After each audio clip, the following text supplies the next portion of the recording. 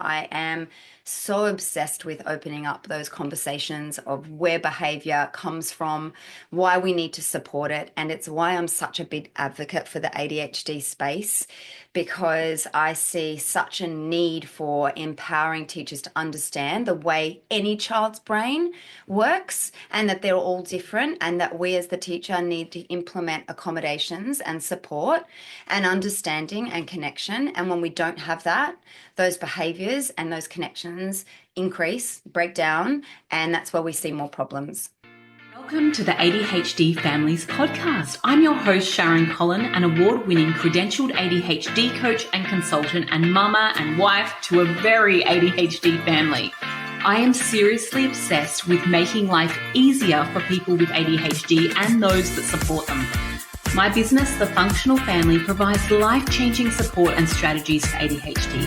I particularly love anything that saves time, decreases conflict, and creates space for fun. Do you want a life with your beautiful family that is more functional, fun, and full of joy? Let's explore together the wonderful and sometimes wacky world of family life with ADHD in the mix. Have you ever noticed that kids with ADHD are polarizing for classroom teachers? Some teachers really love having kids with ADHD in their classroom. They love their energy and their enthusiasm, and other teachers are completely overwhelmed by kids with ADHD. And this is something that I really want to change. I want to support our beautiful teachers to know and understand what is going on for our beautiful humans with ADHD, and also feel empowered and confident to know what to do when things go a little bit haywire in the classroom. This is a really special episode of the ADHD Families Podcast. This is one I want you to listen to, check that it resonates with you, and then forward to your child's classroom teacher so that they can have the practical strategies to support your gorgeous kids in the classroom. So in this episode, I brought in the incredible Dominique Jones. Now, she is a teacher herself and an educational advocate. And what she does is she equips us in this episode with some practical neuroaffirming strategies to help our teachers build real connection in a really curriculum-heavy classroom, so that our kids and their students feel valued, understood, and ready to learn. You do not want to miss this episode. And if it resonates, please forward it on to your child's classroom teacher so that they can get the practical strategies and support our gorgeous humans with ADHD in the classroom. Let's do it. Welcome, Dominique. It is so exciting to have you here today. Thank you, Sharon. I'm excited to be here. Very excited. So please tell our beautiful listeners today a little bit about you and what you do. So I have quite an extensive background, which has led me to where I am. So I think the most important part to start at is what led me here initially. And that was that I was not someone who found the school system easy. I pretended like it was. I did all the right things. I was a very good student. However, I just felt like the messaging that I constantly got was that I was never reaching my potential. I was more a social butterfly than an academic. And so over the years, I never realized fully how much that gave me some negative messaging, that I thought, okay, I don't need to worry about the HSC because I'm not clever enough or I'm not smart enough. But what I didn't understand at the time was that my brain was quite different. And so I left school with this really difficult space in my heart of where to next. And I remember having to go to a breakfast morning tea with all of the students from my school. And it was a very academic school. And most of my friends had got in the high 90s. And I said to my dad, how do I turn up? I don't want to tell them what I got. And he said, you don't have to. He said, you go in there and you be proud of who you are. And I did. And I made a decision that day to never, ever use the mark that I got in my HSC to get where I was today. And that's when I decided that teaching was my path. Because at no time did any teacher actually help me move through that process of being someone that had a way of talking, had a way of communicating what I understood, but could never, ever put it down on paper. It was not the right environment. And I thought no child should feel like that. I don't want a child to feel like that, because The teacher is the person that makes them feel like they can be anyone or do anything. So that started my journey on teaching. So I didn't use my HSC. I went as a mature age student at 21. And I worked damn hard. I worked really, really hard because I realized my brain has to work really hard to absorb content, not knowing at the time that I was still undiagnosed. And so I did my teaching degree, and many comments from my friends at high school were, "Oh, you're doing really well. Oh, you're quite smart." So again, that messaging still continued to me that I wasn't necessarily achieving the way that the system needed me to achieve. And I got into teaching, and oh boy, did I love being in that space.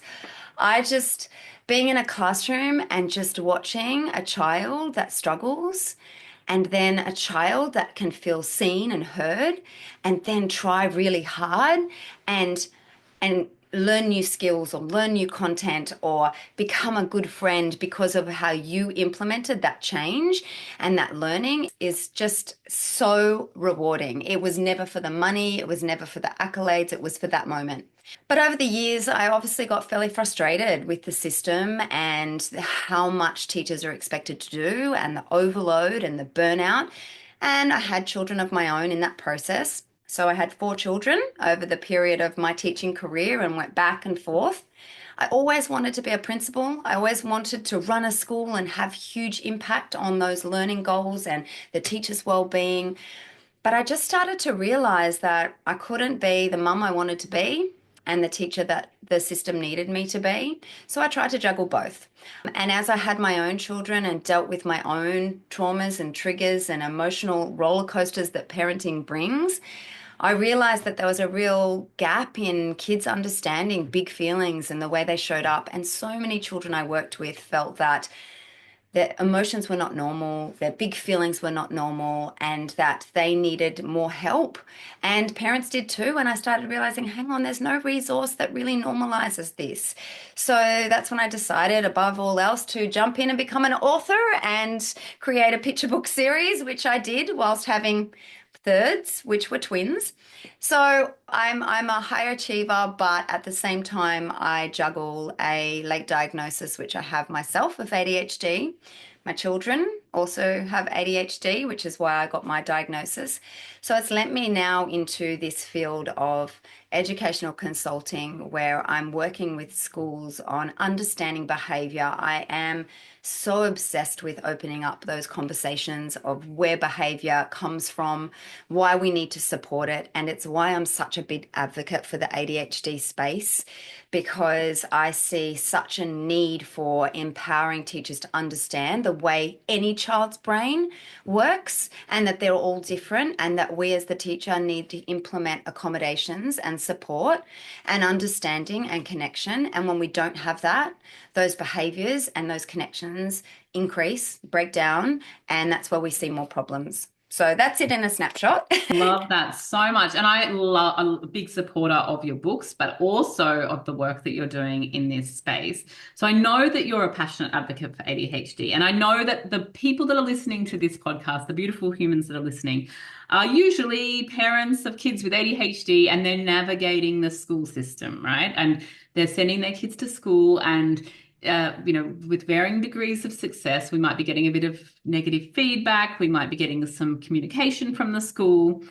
And I was hoping that this episode might be one that our parents can listen to and send to their classroom teacher to give them some practical strategies on how to support ADHD in the classroom, because it's been my experience that teachers are actually crying out for these strategies, but no one's actually being able to give them the practical tools. So I'd love to delve into that if it's okay with you. So Yeah. tell us about your experience being a teacher in the classroom and what the limitations are, and also some things that we can do to support our beautiful ADHD kids. And that is a stacked question. Sorry, I will go back. That's a huge question. So I'll try and touch on a couple of things.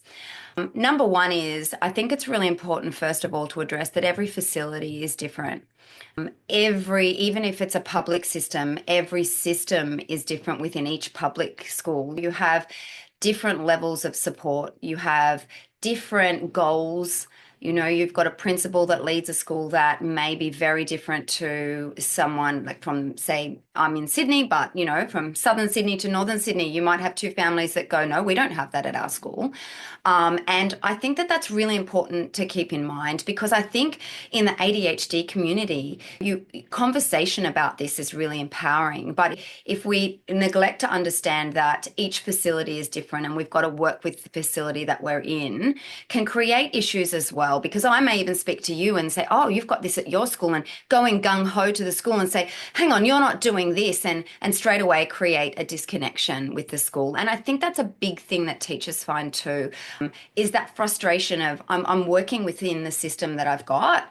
And although I don't know everything, help me learn, help me understand, help me work with this. So I think understanding that relationship and working with the facility is very, very important because there's some things that they're going to do that are fantastic. And there's some things that they're going to do that you're not going to think is great. But walking in there and saying, this is what I need to advocate for my child, you're only going to break that connection with the school. And so this is what sometimes teachers find if they are overwhelmed and then they have parents who are also expecting so much from them. We don't want them to go put their hands up and go too hard basket because that benefits nobody. So I think that's something to keep in mind. I think as teachers, if I was going to first of all say to the teachers, what is something that they can do? They have got this overwhelm, they're burnt out, they've got so much noise coming from executives and what they need to do to be compliant for their own job, but also they've got these families and then they look at this child. I think it's really important just to take one step back and for the teachers to understand what their priorities are in the classroom.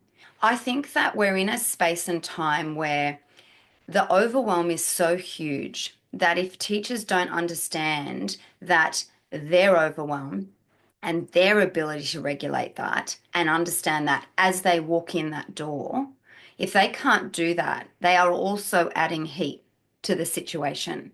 Because understanding the ADHD brain, you have to understand that they sit in a space of overwhelm and dysregulation so much of the time. And I think what I would love teachers to know is that parents working with ADHD children are all at such a different space in their journey. They may not know they're ADHD, they may not, or they may be just diagnosed and there's some grief in that space and some overwhelm of where do I go to next? Help me, please. There's parents that are so educated, that are part of your community, that know so much, have so much access to skills and want the teacher to know it all now. And the teacher goes, hang on, that's great, but I also need to catch up. There's some teachers that do know a lot about ADHD and are great to work with. But the bottom line is that we also need to support the teacher's ability to connect with the child. And that does come from that relationship between the parent and the teacher. So we really need the parents to make sure that that's there, but also that the teacher needs to understand that this parent is going to be overloaded at times. They are going to be burnt out. They are going to expect more from us, but that may be coming from a space that they're drowning. And if we can remember that as teachers and come from some compassion, we don't always need to fix the problem right now. We often think with ADHD, the child, we've got to fix this behavior. No, no, no. We need to move into a space of we're not fixing. This isn't about fixing. We need to move into a space of understanding where behavior is coming from, knowing what that behavior led, like how that got there, knowing what it is that I can contribute to in the situation at the moment, and what it is that I need to go, oh, that's a me problem as a teacher.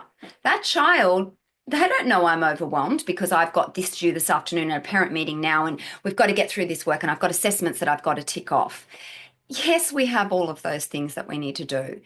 But do we remember that that child walked in and there was a massive meltdown before they came into school because their hat was lost? And they can't walk into that school with a hat lost and their system's already dysregulated. And then poor Andrew turns up and says, where's your hat? And then all of a sudden we have a meltdown and then they have to walk into the classroom. So I really am starting to understand that what teachers need so much is an in-the-moment approach and a long-term approach. And so If I want to give strategies, my first is understand behavior, empower yourself to understand behavior, understand where it comes from, know that it is not the child choosing to behave like that.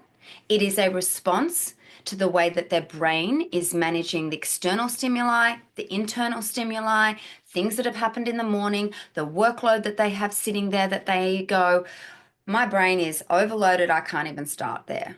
So knowing that they are coming in like that, it shifts the pressure from the teacher. It shifts. We can then go, okay, I don't need to fix this right now. I don't need to actually go, okay, I've got it all done. And if we actually connect with a parent like that, I can tell you, and I can ask you this, Sharon, you know your community. If a teacher said to a parent, thanks so much for telling me that. I really was working on a strategy to support that. But knowing that they're really struggling with that before they even get to school, look, I think that your child maybe just needs some compassion when they first come into school and some connection. I can guarantee that most of your community would go, yes, please. Thank you. That would be great. Because what ADHD parent doesn't want their child to be seen as they walk in and nurtured for where they're at? And I can tell you that the learning will come naturally because they're building a connection of safety. They're building that space where the child feels seen, valued, heard, understood. And I can sit here in this short podcast and throw a million strategies at you. But I can tell you above all else, this child just needs to feel seen. So 90% of your strategies are going to be in the moment. 90% of them are going to be, I see they're struggling. What can I do right now? And that can be very, very simple. And I'll give you an example because I think it's important for a teacher to understand, okay, great, Dom, this is really good. You're saying an in the moment strategy, but I have this child melting down and I have a whole classroom that I need to finish this work.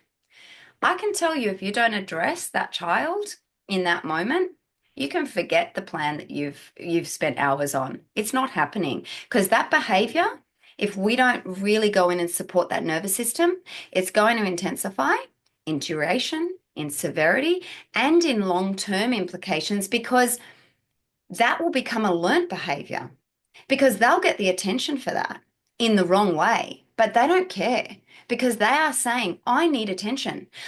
My needs are not being met. And so then we see, why is this behavior getting worse and worse? Well, because we're not looking at the roots. We're not looking at where it's coming from. We're just addressing that behavior on the surface, and we're not really nurturing the fact that their nervous system is completely dysregulated. So the example would be something like this. I had a session yesterday at a beautiful school in Sydney, and it was an author visit with my books, and I do some activities with them. And, the teachers often say, oh, we've got a few kids in here that might struggle to focus. That's okay. That's fine. So I noticed straight off, because I'm hyper sensitive to those kids, and I noticed straight off there was two boys sitting straight next to each other that were really excited, overstimulated. Their nervous systems were like, I want to answer every question. But it was really difficult to manage the session because they were like calling out and moving in their seats. And so I merely saw some paddle pop sticks sitting over on the side. So I just went and grabbed the paddle pop sticks and I went over and put 5 on each of their seat. And very quickly and quietly I said to them, hey boys, do you know, I really think that you can probably keep those paddle pop sticks, but here's the deal. To keep these paddle pop sticks, you just need to try not to call out when you get every thought in your head, and you try to put your hand up when you want to, and I'll do my best to see you. That's all you have to do to keep your paddle pop sticks. But you might lose some, but that's okay, you can get them back. And so I left them there. It took me all of a minute, and the other kids sat there. Can I tell you, in the next 5 minutes, I took a paddle pop stick, I put some back, but I first put them back and we engaged in this. I did it very quickly, very slowly. But these boys, they were like, I'm keeping those paddle pop sticks. I'm going to keep them. I want them. They had no reward. There was no reward for the paddle pop sticks. We often think as teachers that we need to have these amazing sticker charts and these amazing rewards and things. But what we forget is their internal drive to show up and to feel seen is so powerful and so strong. And then by the end of that 5 minutes, I went and went, oh my goodness, look at you boys with your paddle pop sticks. Wow, you've kept them that whole their chests puffed up. They were like, yes, she saw me. She knew I was trying. That's it. So simple. Now, that was something I thought about on the fly. Yes, you need experience to see those things, but sometimes we think that we need these wonderful programs and wonderful, amazing strategies. Those are long-term strategies. We do need those, and we definitely need them to be able to achieve some long-term goals. But we just have to remember that in the short term, it doesn't need to be complex.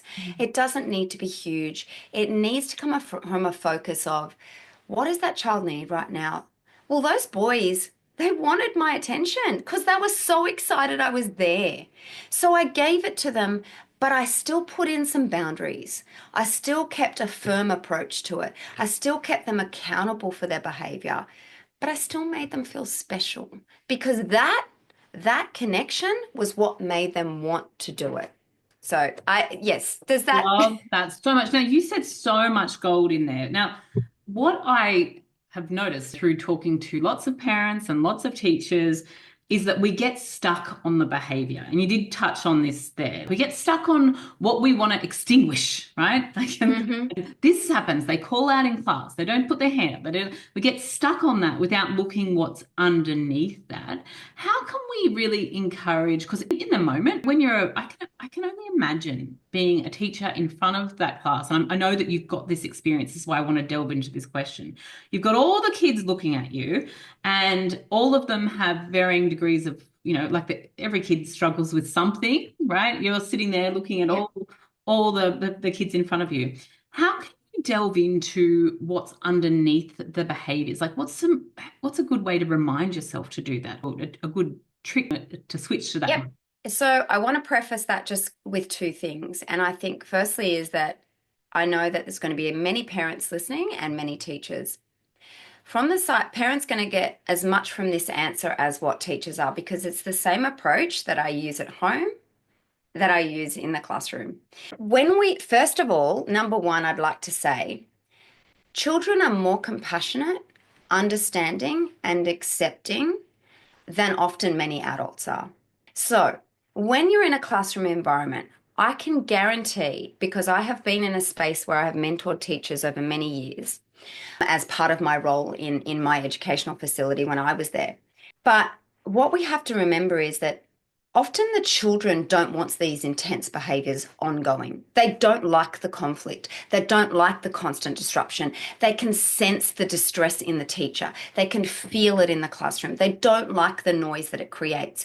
So if they can see that a teacher is using a compassionate approach to dealing with an intense behavior, they will give space for that. They will be tolerant. They're more tolerant than we think they would be. So if they can see that there's 5 minutes being addressed with this big behavior in that moment, I can guarantee you that they will be calm and patient. We often think that in that classroom setting, oh, I can't take this few minutes out because we've got to get this lesson done. Mm. Okay, we may not tick every single thing off the list that we need to. But I have to remind teachers that a lesson plan is just that, a lesson plan. It is not a lesson must.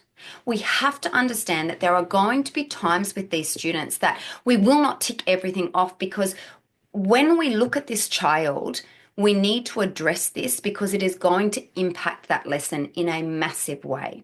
Now, some parents might sit there and go, but what about my child that's sitting there and that's not getting that learning? What I can say to you is this: time put into connecting and building relationships within the classroom is going to get paid back tenfold. Because yes, the teacher has to be a little bit smarter in, okay, how can I structure this to ensure that these students are still getting the exposure to the content, but that I'm still supporting the relationships and connections? So that leads me into my next part when I say to you, let's look beneath the behavior. If we keep choosing to just look at the behavior, we are not going to develop any change because behavior is merely communication for a need that the child has. So when we actually move and shift that lens, we can start to see that we're not scared of the behavior because the behavior comes when we're not nurturing those roots. The more we nurture the roots, the more we nurture that connection and relationship, the behaviors will naturally minimize because the student feels safe. They feel protected and their overwhelm will reduce. And then that helps the parents because when the children come out of the classroom in the afternoon, they're not as ready to just blow a gasket because they haven't had to hold it in so much because the teacher just doesn't see or understand them. So, what I want to say to teachers is this. A child with ADHD, we know that they are often 18 months behind in executive functioning and capacity than a neurotypical child. Now, why I think this is so important is there's a lot of work that we've seen come through. If teachers are wanting to empower them, I would direct them to Dr. Russell Barkley's work, who he often makes teachers understand the ADHD brain. Because what we have to know as teachers is we are working with a brain and nervous system that we are not changing. We are not fixing. That is the way that their brain is. So if we look at what he says, is he says there is a 30% reduced capacity in executive functioning skills. Now, executive functioning skills are all of those prefrontal cortex skills that a student needs to attack any task, anything that they do in life, right? So if they are 30% reduced, let's say we have a class of 10-year-olds, right? So we're teaching a classroom of 10-year-olds, but we have 4 students in there that we know are diagnosed with ADHD. So if a 30% reduction, we're actually educating a 7-year-old. Now, if you think about that as a teacher listening, or even a parent, because you have the same problems going on at home, our executive functioning skills are planning, time management, impulse control, self-regulation. You think about, here I'm giving this child a task to do. I've told them all the instructions. I've set them at their work.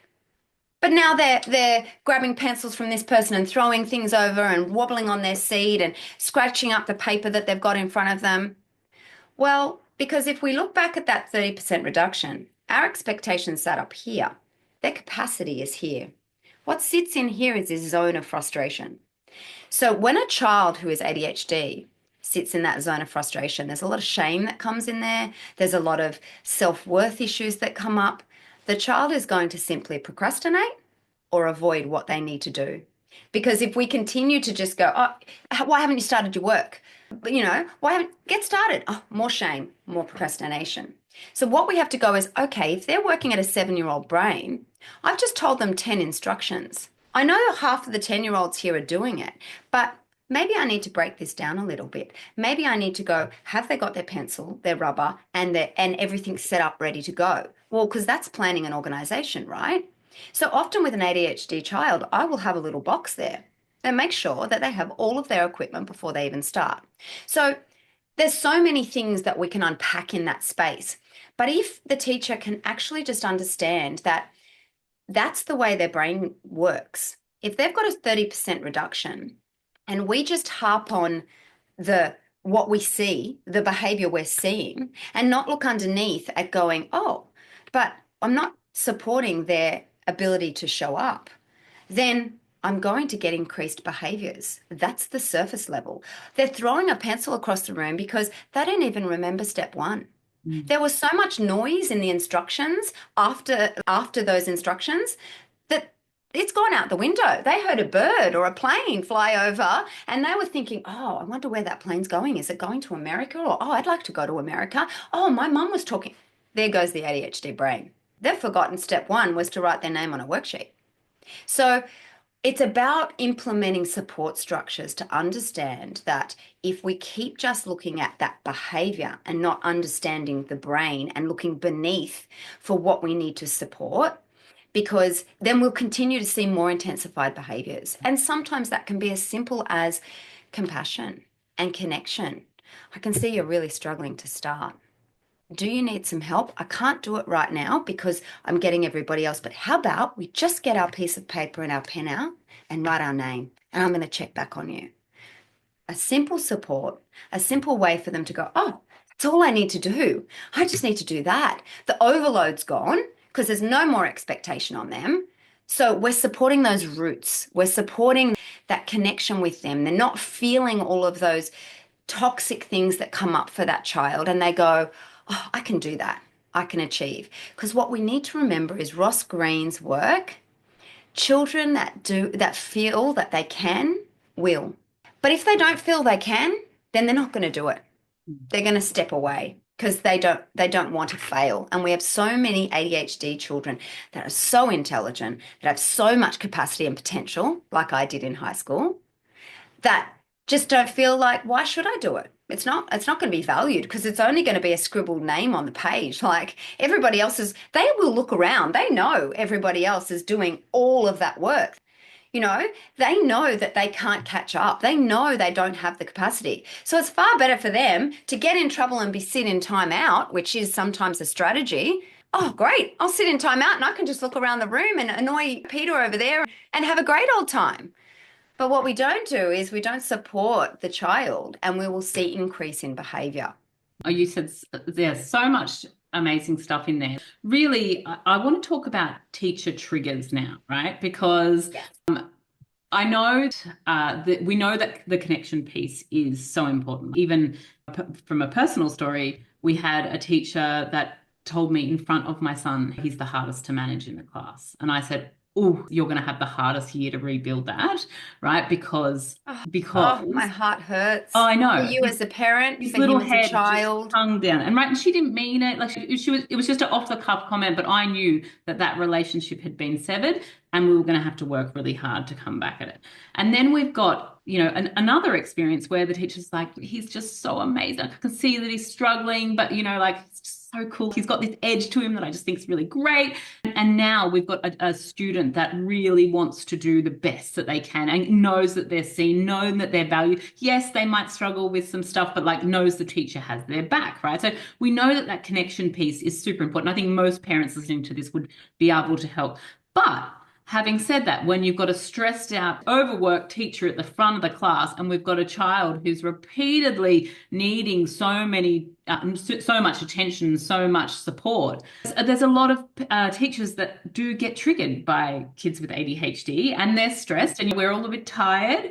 So maybe we can do if I can get your opinion on that and how to support teachers when they are feeling triggered, because it's so easy to switch into that, oh, if they'd only just, everyone else can. Why Yes, can't they and that just, happens a you lot. know, getting into the Yes. shoulds, you know? Yes. And that's where the shaming, unfortunately, and the trauma for an ADHD child continues because unfortunately they're hearing this subliminal messaging a lot of the time. Oh, well, look at all the rest of the class. Why can't John just do what everybody else is doing? Look at such a and although we think that that's a great strategy because that will, you know, prompt that child to then show up, what we're also doing to that child is we're really actually just shaming them even more and making them feel even worse.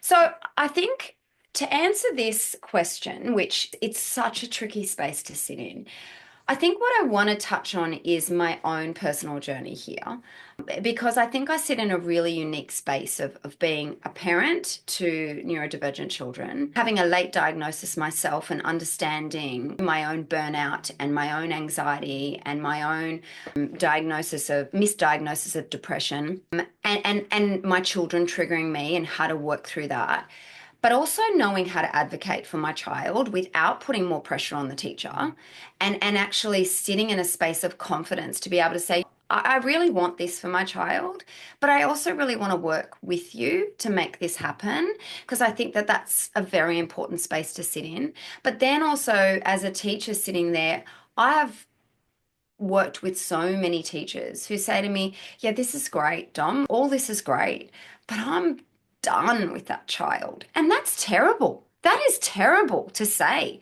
But I can also feel it for them because they are at their wits' end. They're not getting enough support. They're not getting enough funding. ADHD accrues pretty much no funding within the public school system. So it's up to parents, you know. This is so hard. But what I often say to teachers, and what I would say to any teacher that is listening, is that this is really tough to say, but I had a session with my own school that I was working with because we had a student just like this. He triggered so many teachers. He had no diagnosis. He had very little support from home. His behaviors were continuing and continuing. And even myself, somebody who understands all of this, understands how to manage my overwhelm and my triggering and when it rears its ugly head and I know I just want that child away from me. This child even got me. But he would roll his eyes, he would tut at teachers, he would mouth off, he would do all of these things. And teachers would sit in a meeting and say, he's rude, he's disrespectful. And I sat in this meeting and I said, he is not rude and he is not disrespectful. They are learned behaviors that he is using to manage his dysregulated nervous system. Now, I get it. As yourself, you shouldn't be treated like that as a teacher. You shouldn't have to deal with that. But what I'm asking you to do is understand that they are learnt behaviors. And when you see that as a personal attack, you aren't able to put the child in a space of compassion. You just can't. Knowing that is really empowering, because if you can again go back to, it's the behaviors are not the child. The behaviors are a way of coping with unmet needs and a dysregulated nervous system. So that's one part. If we continue to know that a lot of these behaviors are there because they're trying to manage a really stressful situation, then we can also apply that to ourselves, right? Let's shift that lens from supporting the child. Now let's shift it to the teacher. Okay, so I said to these teachers, know who you are and where you're at when you walk into the classroom. We know that most teachers have already dealt with a whole day before they even walk in to school. Often these teachers are mothers themselves, parents themselves, or have stress outside of their teaching environment. When you walk into school, you may have just done 2 loads of washing, packed all your 3 kids into the car, got them off, had to do something for your husband, realized you had no petrol as you were getting to school. You walk into school, you have all these fantastic plans to do the photocopying and be prepared for the day, and there's no toner in the photocopier and your whole day is just gone. What's going to happen to your nervous system? Where are you sitting? You're dysregulated. And it is about understanding that I'm already sitting up here. If I walk in through that room and don't understand that that's where I'm at and haven't even given myself a little bit of support, my nervous system just a little bit, I can guarantee you are going to bring heat to every situation that's in that classroom. You are going to be less likely to be able to manage and deal with those students, because if you can't even recognize it, how do we support it? And that comes back to self-care and well-being. You are there. It is your job. I actually said to these teachers, if you are on a playground duty where this student is and you know you can't cope and you know he's triggering you, you need to ask for support and help, because it's not his fault that you can't manage him triggering you. Now, you're going to have so many teachers in the classroom go, well, that's well and good, but I have this child in my class. And that's really, really tough. It is so tough. But again, let's go back to, if we realize we're not going to be able to fix this child, the pressure often comes for a teacher from the space of, but he has to be accountable. I have to be accountable for how much he's done. He's done nothing in his workbook. How can I? He's done nothing. The parent's going to want to know, what's he learning? Well, this is a much bigger conversation, but this comes to having a conversation with the parent. And I know this is going to come in a little bit, but I'm really, really excited about our connection, Sharon, because I know we're building something really great for teachers, and we will talk about that. But we have to start to look at, what are the parents' academic, social, emotional, and environmental priorities? Now, when I look at that, I say, what does the parent want for educational success? Do they want this child to get all their grades and be the best in their class and academically tick everything off and have a nice piece of written work sitting on the page that I can say, look, this is what they've done? Or do they want them to be supported when they're having a meltdown? Do they want to make sure their friendships are connected and repaired? Do they want to make sure that they get those transition periods supported and have those breakouts in the session so that it can support their nervous system? Do they want things put into the environment to ensure that they have access to have enough stimulation for their nervous system to regulate within the playground? These are all those things, the priorities. Imagine if a parent said, you know what, Mrs. Jones? My priority is for my child to have emotional success within the classroom because I know that if that's not there, the academics is never going to come, and that's my priority. That's what I want you to support. Imagine the pressure that that's going to take off that teacher. Just from having that conversation and having that shared connection with the parent, they're going to say, okay, he's doing nothing today. He's really not. But it's a really tough day. I can see his nervous system's dysregulated. I'm going to put some things in place right now that take the pressure off me because I have these 25, 30 other students, and I'm just going to support his nervous system today because that's going to make him feel good and that's going to make him want to come back tomorrow. Because if I don't, he's not going to want to come back tomorrow. And who's that going to put pressure on? The parent. And then have a conversation with the parent in the afternoon. Look, we had a really tough day today. Something's going on. His nervous system's just completely dysregulated. He fought me on absolutely everything, or she fought me. She was unkind to her friends. That's where she's at the moment. Today's been a tough week. We're going to have to reevaluate those goals. It's not working. Those are the conversations we have with the parents. That's how we keep all of those stakeholders connected. And guess who's going to benefit from that? The child, the teacher, and the parent. We're not going to fix this. This is not a fix approach. This is a getting on the same page, understanding that today I'm really burnt out. I can't deal with Sophia. I'm just picking a name. I can't deal with Sophia today. I know that that's a problem. What am I going to do today to make sure that I'm supporting that? Well, I'm going to make sure I have water as a teacher. I'm going to make sure my water's handy. I'm going to have, maybe a session where the kids don't need as much support from me, and I'm going to take a minute out to take some deep breaths, to just take some time to reflect and how I'm going to attack the rest of the day. Those are little things that teachers need to go, this is how I'm feeling right now. I know today's probably not going to be really content heavy because if I push myself, that's going to break connections with the students and then no one's going to achieve anything. And I need to be a little bit kinder because my world is falling apart too. And I don't know, maybe you can answer this, Sharon, but if I said I'd say 90% of parents, if I said that to them as a teacher, they'd be like, yeah, I support that. That's what I want in the classroom. I much prefer a calmer approach because you're regulated and you're supporting yourself than yelling and screaming at all of the kids because you didn't get all of the work done that was listed on that document. And now my child doesn't want to come back to school, or they feel horrible because a comment, like you said, was said in the heat of the moment that really made my child feel horrible. So getting everyone on that page and just supporting our own regulation is also so important. I always say to my teachers for my kids, I always like, I'm just going to take the pressure off you right now. I do not care about academics. I don't care. So I was like, I'm never going to come to you and go, why didn't they get this mark? Why? I was like, I don't care about that. My only goal for school is to get them through it with their self-esteem as intact as possible. That's my only goal. So if we can have kindness and align with our family values, that is awesome. But again, that comes back to Ross Green, right? Children that do well, that feel good and that feel safe, they will do well. Yeah. So I want to just say something very quickly because I always think about there's going to be parents that come back, teachers are going to listen to this and go, but hang on a minute. This parent does want the academics. This parent is pushing for the academics. This parent is, but the child's crumbling in the classroom because they're putting pressure on themselves. Where do I sit in that space? I think that's a really important question. And I think what we need to do then is we need to start to go, okay, I need to upskill this family.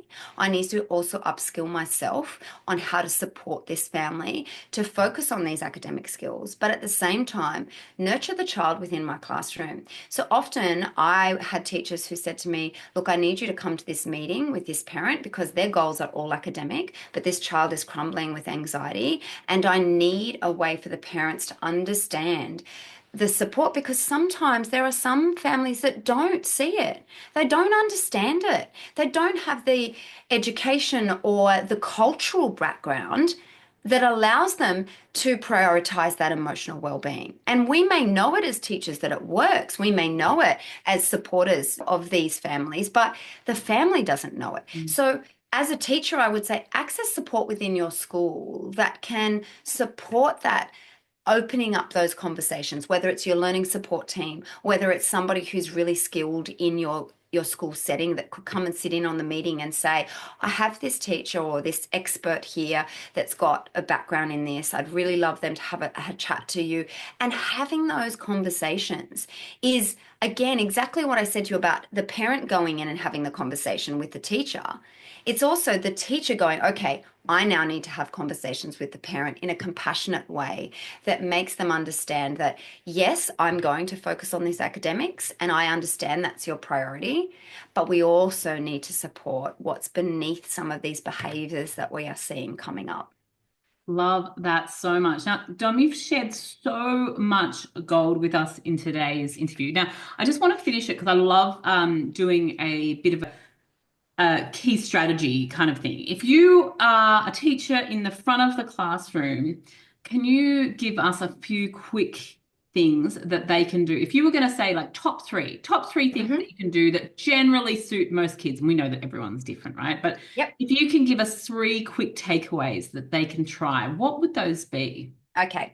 So number one is I'd say implement clear rules, stay firm, but be compassionate.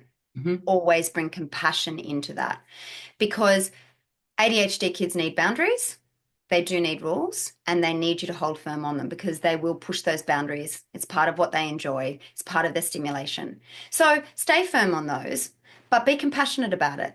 You cannot always. Kindness is a choice. I say to my kids constantly and in the classroom, choose kindness. It's a choice. The second one I'd say is diffuse challenging situations, avoid the escalation, and separate parties. That's a big tip, I'd say. So, in the moment, that's what I'd want them to do. Try to diffuse it. Let's think about diffusing. Let's think about what I've taught you about the nervous system. Let's not try and fix. Let's not try and address all the things that they did. They threw that piece of paper over there. Let's not do that. Let's just think about what can I do right now to support this child's nervous system? What can I do to avoid escalating it further, which is connection? And let's separate the two parties that are triggering or whatever's happening because right in that moment, if we keep those kids together, it's only going to get worse. So, how do I do that in that classroom setting to ensure that they're safe, but they're away from each other? So, that's the next tip. And the last one I would give is if the child is struggling to show up, we as teachers need to find a way to accommodate those difficulties. Okay, so that's looking beneath it. So if you see a child and you know they're struggling, whether it's behavior, academic, socially, environmentally, they're struggling, we as the teachers, it is your responsibility to find an accommodation or a way of supporting that child to show up. They don't have the skills. Their brain is underdeveloped. They don't have them. That's our job. Our job is to teach. Discipline, the word discipline is to teach and learn. That's our role. So if they have a skill that they don't have, that's our job, is to upskill them. So if they're struggling, let's address the skill they need to upskill on. So that'd be the three. Love that so much. And I want to get our audience very excited about what we're working on together, Dom, because I'm so excited. oh my gosh. So Dom and I are creating a short course for teachers about supporting ADHD in the classroom. This is something that you guys have been crying out for. And so we're working together furiously in the background to create a resource for teachers. It's going to be easy, it's going to be palatable, it's going to be full of practical tools using Dom's expertise as a teacher and an advocate and using mine as an ADHD coach and parenting expert. And we're going to be merging that together to make this one beautiful snowball of practical tools. So super excited for that. Stay tuned for that. That's going to be coming out in this year. And Dom, I'd love if you can tell us a little bit about where people can find you and find your books, because I know that they have so much, that you have so much wisdom to share, and the books are a great resource for our beautiful kids. So, firstly, I'd love any of your listeners to follow me on social media, on all of those platforms. I know you'll probably have the links. I'm on Instagram, Facebook, LinkedIn. I am so passionate about change and support that I just provide so much insight on there. It's very real, it's very practical, it's acknowledging all of the difficulties that we're facing. So following me on there is also just a way to remember that we're all in this together, and it's real. It's not always perfect, it's not always easy. So definitely on those platforms. My website is a great way to look for my everything that I do. And also you can purchase my books through there. That's the only platform that you can purchase my books through, simply because I've self-published them, and that's where we're at the moment. I'm excited about the course that we're doing because I'm also very excited. This is the first year that I'm starting to create programs and platforms for support for parents in this educational space. So I'm very excited. I've got my first event workshop coming up. It's Sydney based. It will be out of a local school, Brighton Sands Public School. It's a very quick 1.5 hour workshop that's all just on decoding behaviour. So people, if they keep on my socials, they will get access to seeing when that's coming up. So lots of exciting things happening, but mainly my website and social platforms are where we can find most of the information that I provide. And I'm going to link all of that into the show notes. Thank you so much for your time today, Dom. It's been amazing. Thank you for letting me talk about what I love. I could talk forever, and I know that, you would too. So, thanks for keeping me. Hopefully I kept on track. Oh, you did. And it's provided so much value. Thank you again. I hope so. Thank you for listening to this episode of the ADHD Families Podcast. If you loved it, please share it on your socials. I want this to start a conversation about ADHD. If you want to make this mum do a little happy dance, please leave a review on iTunes. If you would like to know more about what we do, check out thefunctionalfamily.com. I truly hope that you enjoyed this podcast and you use it to create a wonderful, effective, joyful life with your beautiful children.